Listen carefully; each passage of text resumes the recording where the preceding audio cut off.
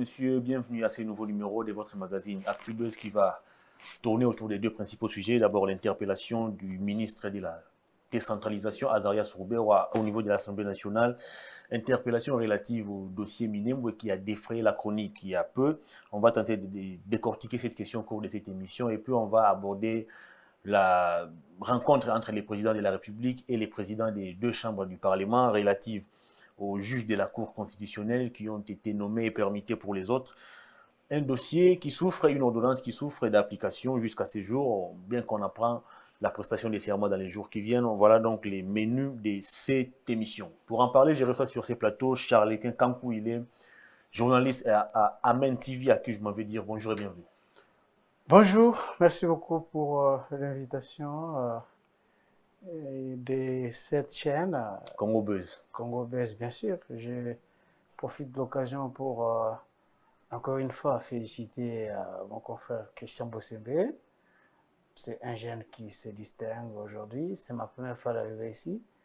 Je suis vraiment étonné, émerveillé de voir cette organisation, ce beau cadre pour cette chaîne. En tout cas, Christian, je dois le dire ici, montre de cette,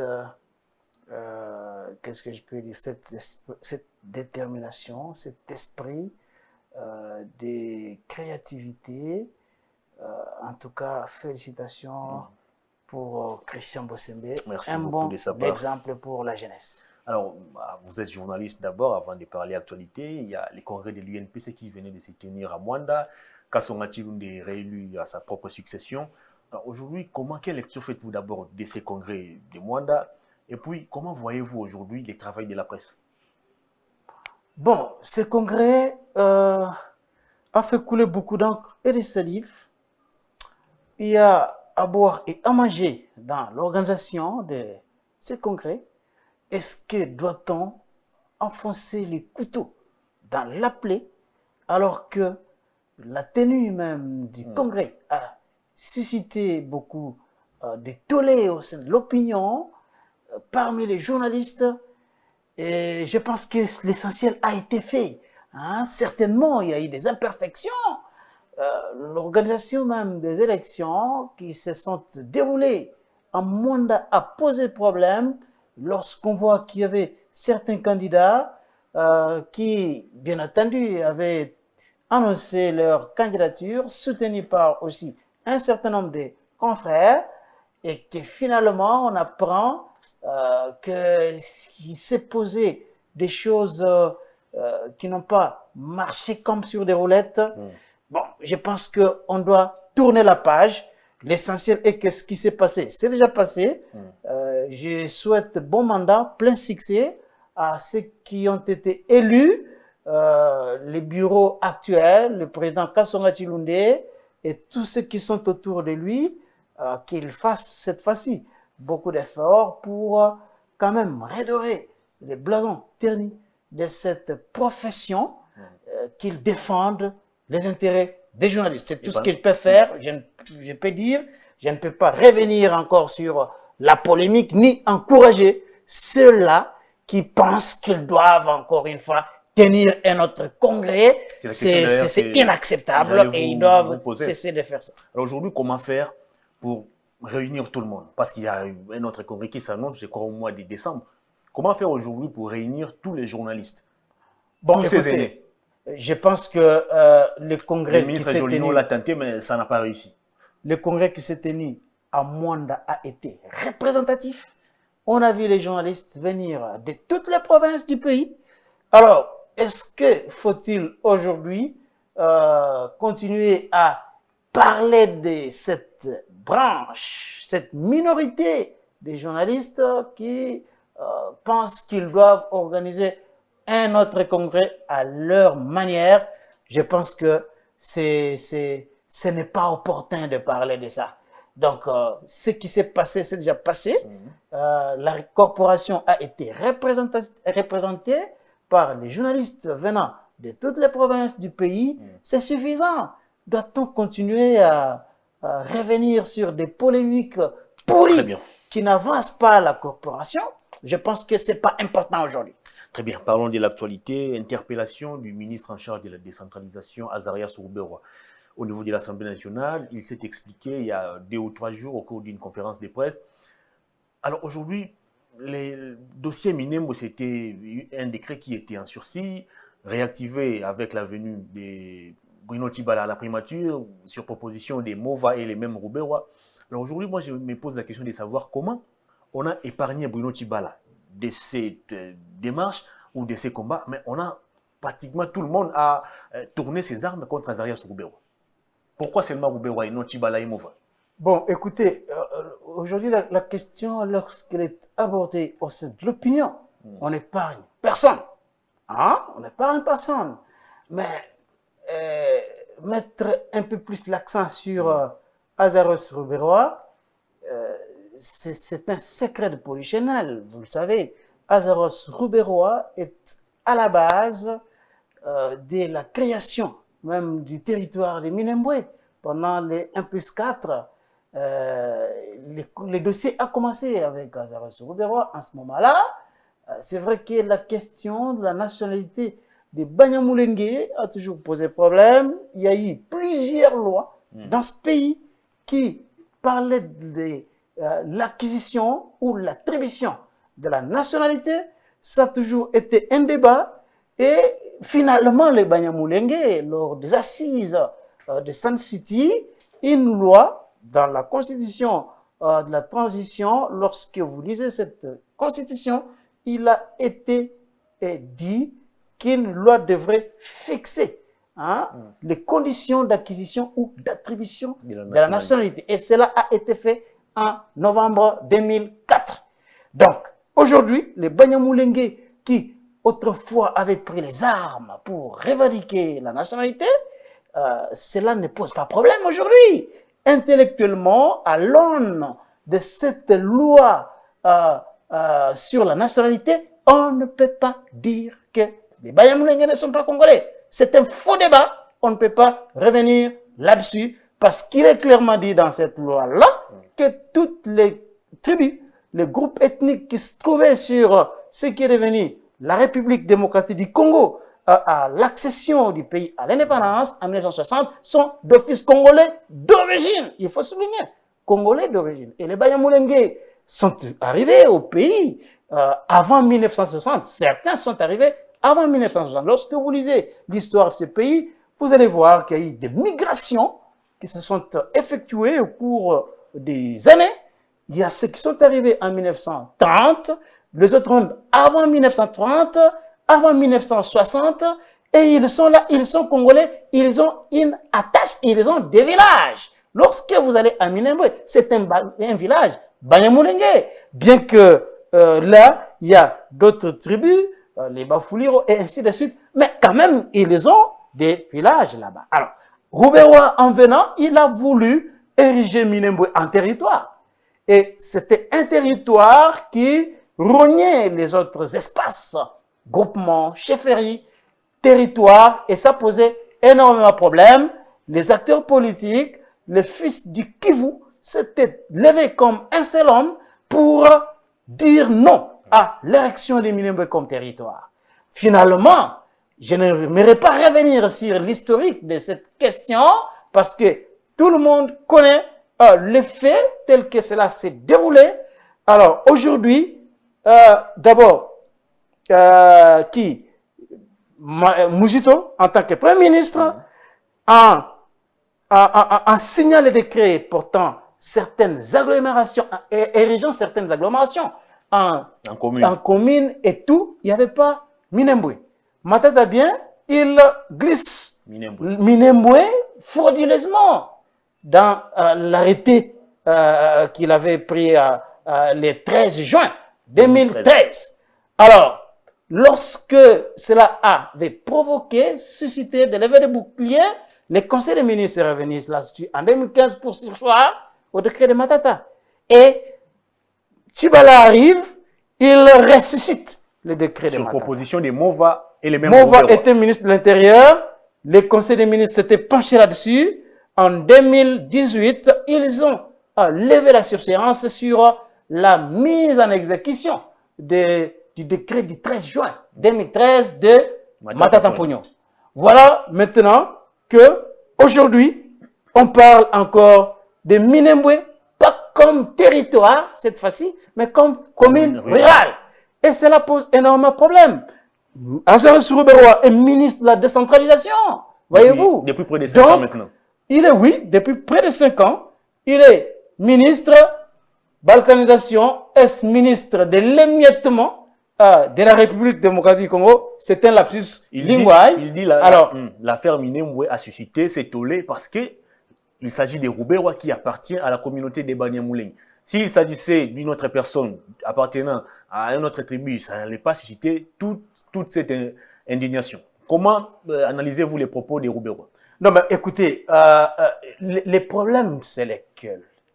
Les problèmes, c'est l'irrespect de la loi portant organisation et fonctionnement des entités territoriales décentralisées. Une commune rurale est une entité territoriale décentralisée. Et qui dit une entité territoriale décentralisée, c'est un certain nombre de conditions pour qu'une agglomération soit érigée en commune rurale. Il faut 20 000 habitants, qu'une agglomération réunisse 20 000 habitants. Il faut que même si le Premier ministre a la prérogative de créer une telle commune, prendre un décret érigeant certaines agglomérations en commune, mais il faut d'abord l'avis favorable de l'Assemblée provinciale. Ce qui n'a pas été fait, toute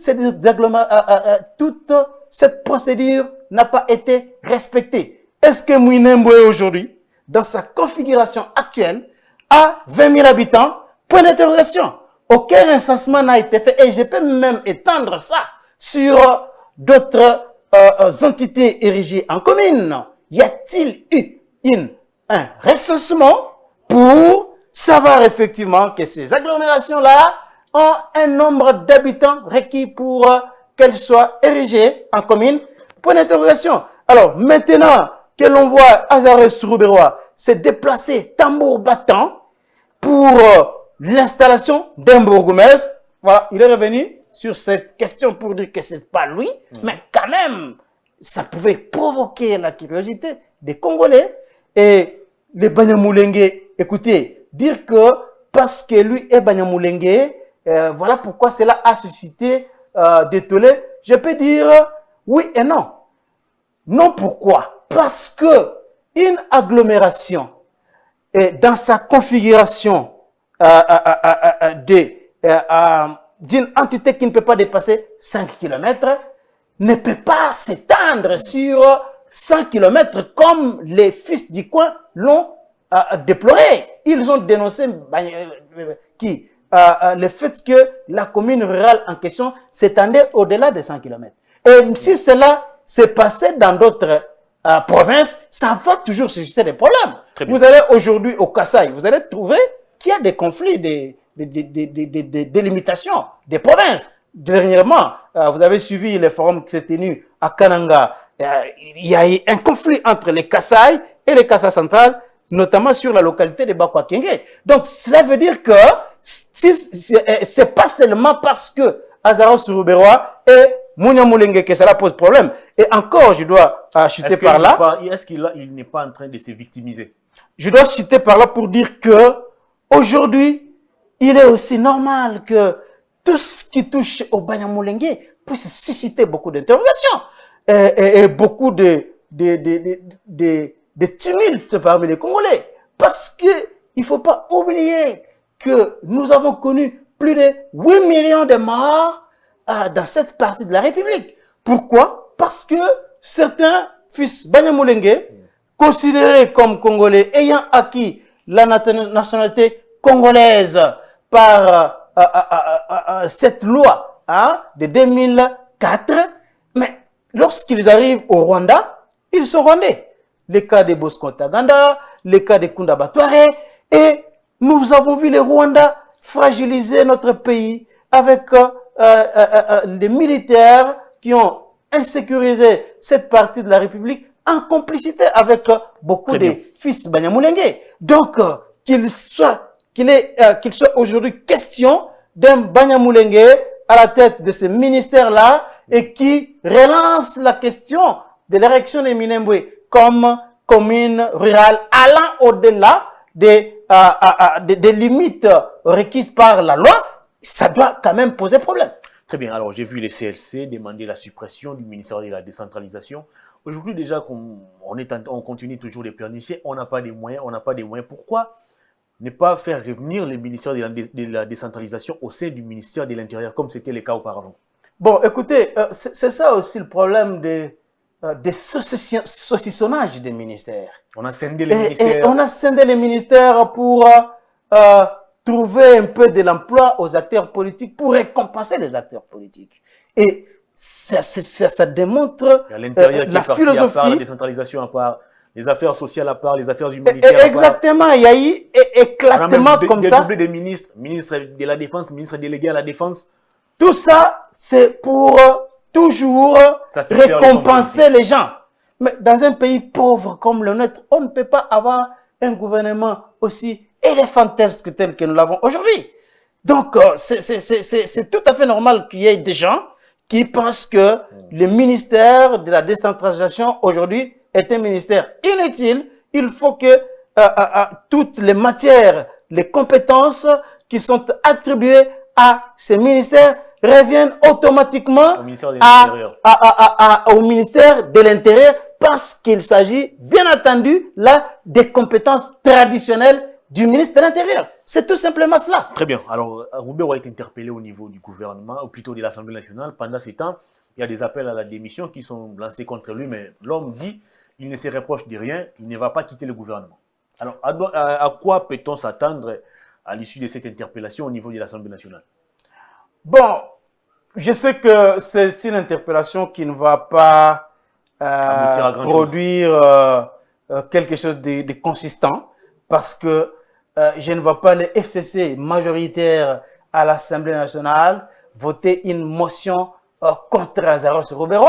Ils vont directement recevoir facilement les ordres de Kingakati. Donc, Lazarus Roubero viendra pour dire ce qu'il a déjà dit dans les interviews qu'il a accordées à certains confrères. C'est tout ce qu'il viendra dire là-bas, que lui n'était pas allé là-bas pour installer un bourgmestre. C'est une question qui a été soulevée nuitamment. C'est tout ce qu'il va raconter là-bas. Et ça va se terminer là. Ça va se terminer là. Je ne vois pas l'Assemblée nationale aller au-delà pour voter une motion de censure contre Lazarus Roubero.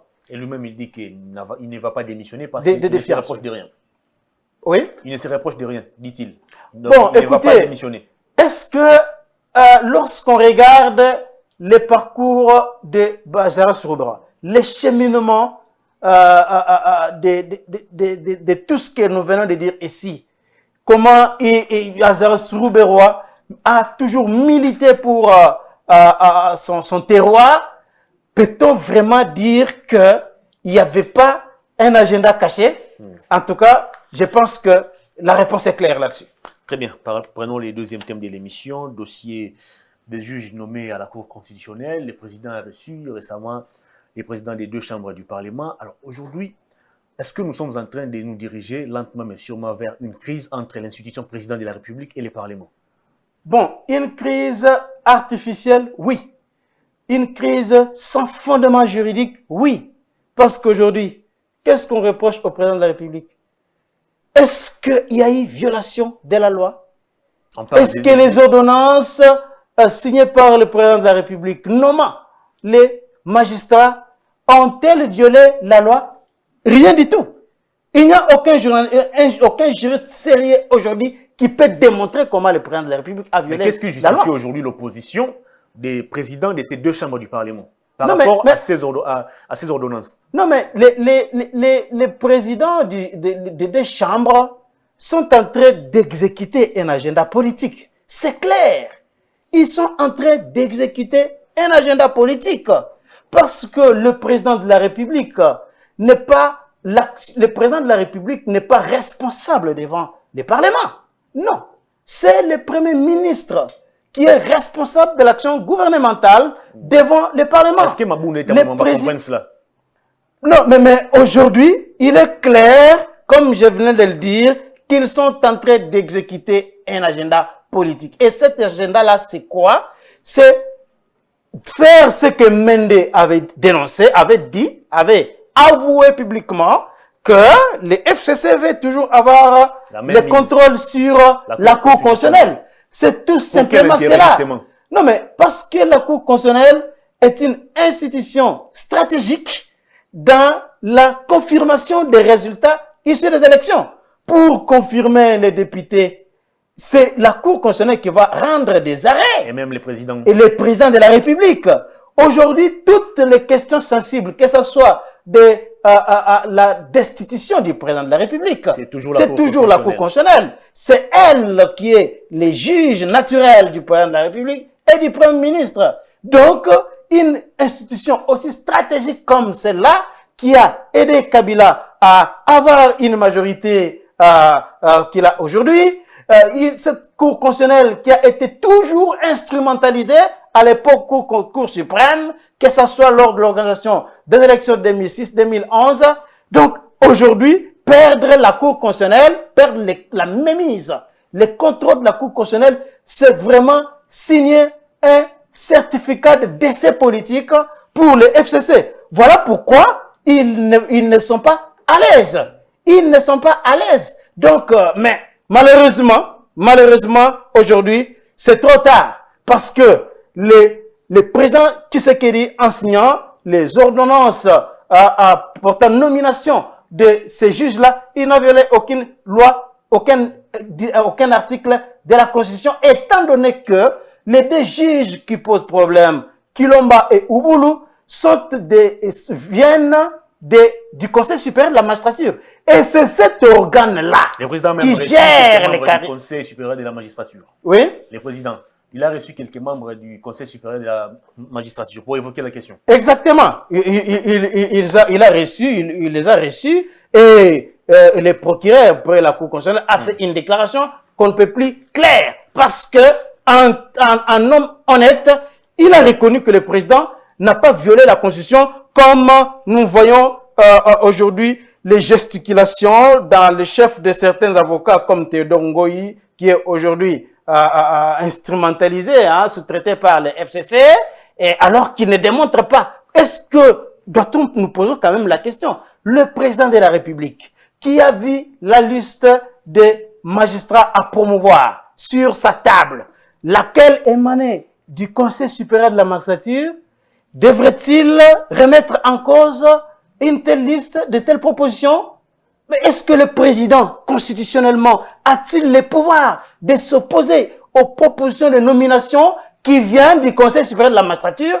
Parce que le président n'a pour prérogative constitutionnelle que de nommer. Mais les propositions pour la promotion des magistrats, ça vient du Conseil supérieur de la magistrature, qui est l'organe de gestion des carrières, des promotions des magistrats. Donc, le président aurait violé en ce moment-là intentionnellement la Constitution s'il il disait par exemple qu'il s'opposait à la permutation, à la rotation de Kilomba et Ubulu.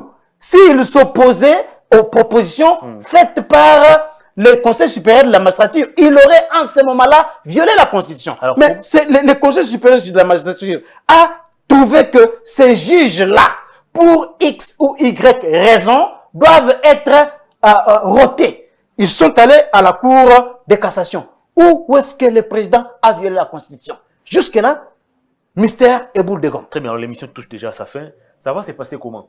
Les juges vont prêter serment alors que le Parlement, de son côté, continue de faire prévaloir son opposition. Comment les trois juges, les présidents de la République, vont-ils s'y prendre?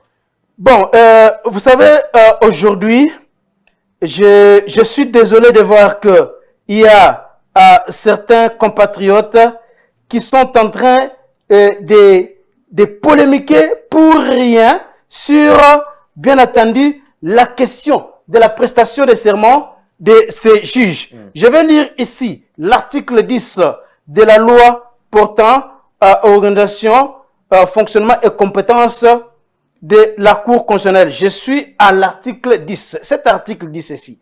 Avant d'entrer en fonction, les membres de la Cour sont présentés à la nation devant le président de la République, l'Assemblée nationale, le Sénat et le Conseil supérieur de la magistrature, représenté par son bureau. Il prête devant le président de la République les serments suivants. Je ne vais pas lire ce qui suit. Il est ici clair que les juges sont présentés devant la nation. Ils sont présentés à la nation. Ils sont, pour entrer en fonction, ils sont présentés à la nation devant le président de la République, l'Assemblée nationale et le Sénat et tout ce qui suit. On ne parle ici pas du bureau de l'Assemblée nationale. On ne parle pas du bureau du Sénat. On ne parle pas de Tambwe Mwamba ou de Mabunda. On parle de l'Assemblée nationale. Tambwe Mwamba, à la différence de Félix Tshisekedi, n'est pas une institution. Le président est une institution. Tambwe Mwamba, Janine Mabunda ne sont pas des institutions. L'Assemblée nationale et le Sénat, c'est composé à la fois de Tambwe et de Mabunda, de députés et sénateurs. Et ici, la Constitution, cette loi ici, ne dit pas ne fixe pas les lieux de la cérémonie de prestation de serment pour que l'on dise que cela doit se passer seulement au palais du peuple. Non, cela n'est pas dit ici. On parle seulement des juges qui sont présentés à la nation. Vous voyez, présentés à la nation devant le président de la République, l'Assemblée nationale. Donc, la cérémonie peut être organisée n'importe où, même dans un stade. Parce que la Constitution la loi ici ne fixe pas les lieux de l'organisation de la cérémonie des prestations de serment de ces magistrats. Alors, les juges prêteront serment devant le président de la République. Alors aujourd'hui, quel est l'intérêt pour Mabunda et Tambwe Mwamba de mener ces combats? Non, mais je vous ai dit qu'ils sont en train d'exécuter un agenda politique. Je vous ai démontré ici l'importance. Qui concerne le président de la République. Oui. Pourquoi les deux cherchent à faire une opposition?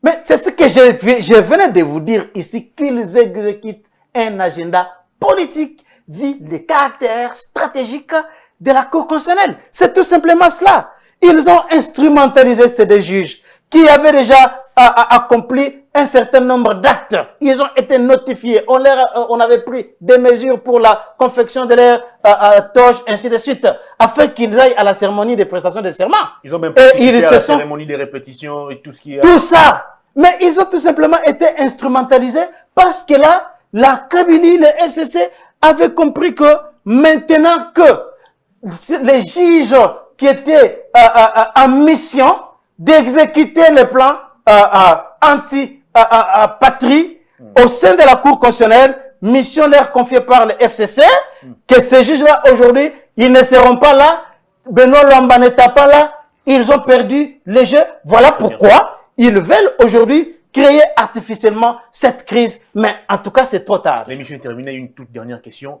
Est-ce qu'on peut aujourd'hui s'attendre à des sanctions de la part du Conseil supérieur de la magistrature contre ces deux juges, Ouboulou et Kilomba? Non, mais les juges, le président de la République avait dit cela. Ils ont mis leur carrière en berne. Aujourd'hui, ils n'iront nulle part. Parce que tout ce qu'ils devraient poser comme acte, notamment des recours hiérarchiques, les recours, tout ça, le délai est déjà forclos. Donc, ils n'ont rien à faire pour le moment. Ils ne seront ni à la Cour de cassation, ni à la Cour constitutionnelle. C'est fini pour eux. C'est fini. Donc, le débat est déjà clos là-dessus. L'émission est terminée. Charles Equin, en quelques secondes, vous allez regarder la caméra. Votre dernier message au public et si possible, vos coordonnées à tous ceux qui voudront poursuivre l'échange avec vous. Bon, ici, je dois tout simplement dire que les Congolais doivent regarder dans la même direction. Il n'y a pas de crise. La question de Minembwe, le président de la République s'est déjà exprimé là-dessus. Il y aura une commission qui sera mise en place et il avait dit qu'il va cette fois-ci décider définitivement sur cette question. À ce qui concerne la prestation la prestation de serment de ces juges, ils vont bientôt prêter serment parce qu'il n'y a aucun obstacle aujourd'hui légal qui empêcherait ces derniers a prêté serment. Charles Kinkankou, merci de votre passage. Merci. L'émission est terminée, mesdames et messieurs. Merci de votre sympathique attention. Merci également à toute l'équipe technique qui m'a aidé à vous présenter cette émission. Au revoir d'ici là, portez-vous bien.